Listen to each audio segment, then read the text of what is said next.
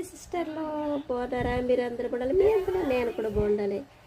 ఏంటో తెలుసా, ప్రవీణ్ గారిని పాస్టర్ గారిని చంపేశారు కదా.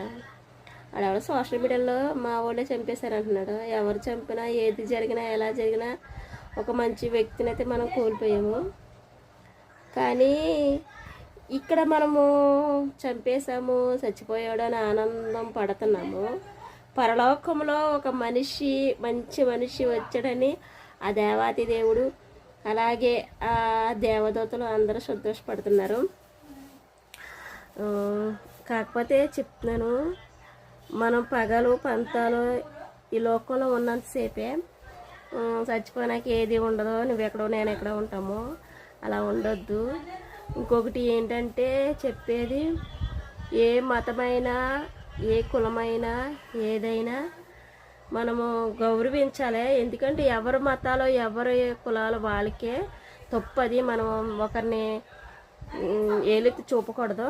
ఎందుకంటే ఎవరిష్టం వాళ్ళదే. నిజమైన దేవుడిని మనం నమ్మాం కాబట్టి మనకు తెలుసు. ఒక శత్రువులు కూడా దేవుడు ప్రేమించమన్నాడు. సరే, ఆ చంపేసిన వాళ్ళని కూడా గురించి కూడా మనం ప్రార్థన చేద్దాం.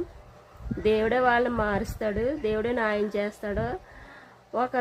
ఒకరికి మనము అన్యాయం చేసామనుకున్నామనుకో, దేవుడు తిరిగి మనకి అది రెట్టింపు వస్తుంది. అలాగే ఏంటి, బాగున్నారమ్మా నాన్న అందరూ బాగున్నారా? తిన్నారా లేదా? నేను బాగానే ఉన్నాను. ఎండలు కాస్తున్నాయి కదా, జాగ్రత్తగా ఉండండి. నువ్వు అనుకోవచ్చు నేను బ్రతుకుండి సాధించాలా అలాగేలాగని, కానీ దేవుని కృపలేందే, దేవుని ఆజ్ఞలేందే నువ్వు బ్రతకలేవు, మాట్లాడలేవు. సరేనా? ఏదో అనుకుంటావో కానీ అవన్నీ వ్యర్థమని నీకు తెలిసేలోపే జీవితం ముగిసిపోద్ది.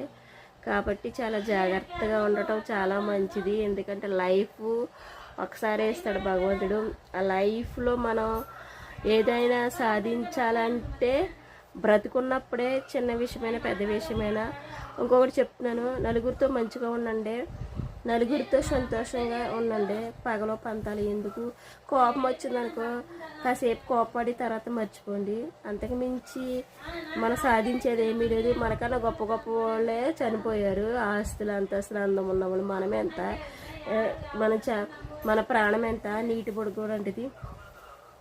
సరే, మర్చిపోతున్నారేమో. నన్ను నా యూట్యూబ్ ఛానల్ని సబ్స్క్రైబర్ చేయండి, లైక్ చేయండి, అందరికీ షేర్ చేయండి. ఆంధ్ర అమ్మాయిని సపోర్ట్ చేయండి. నా వంటల వీడియోలు మీకు నచ్చితే మర్చిపోవద్దు.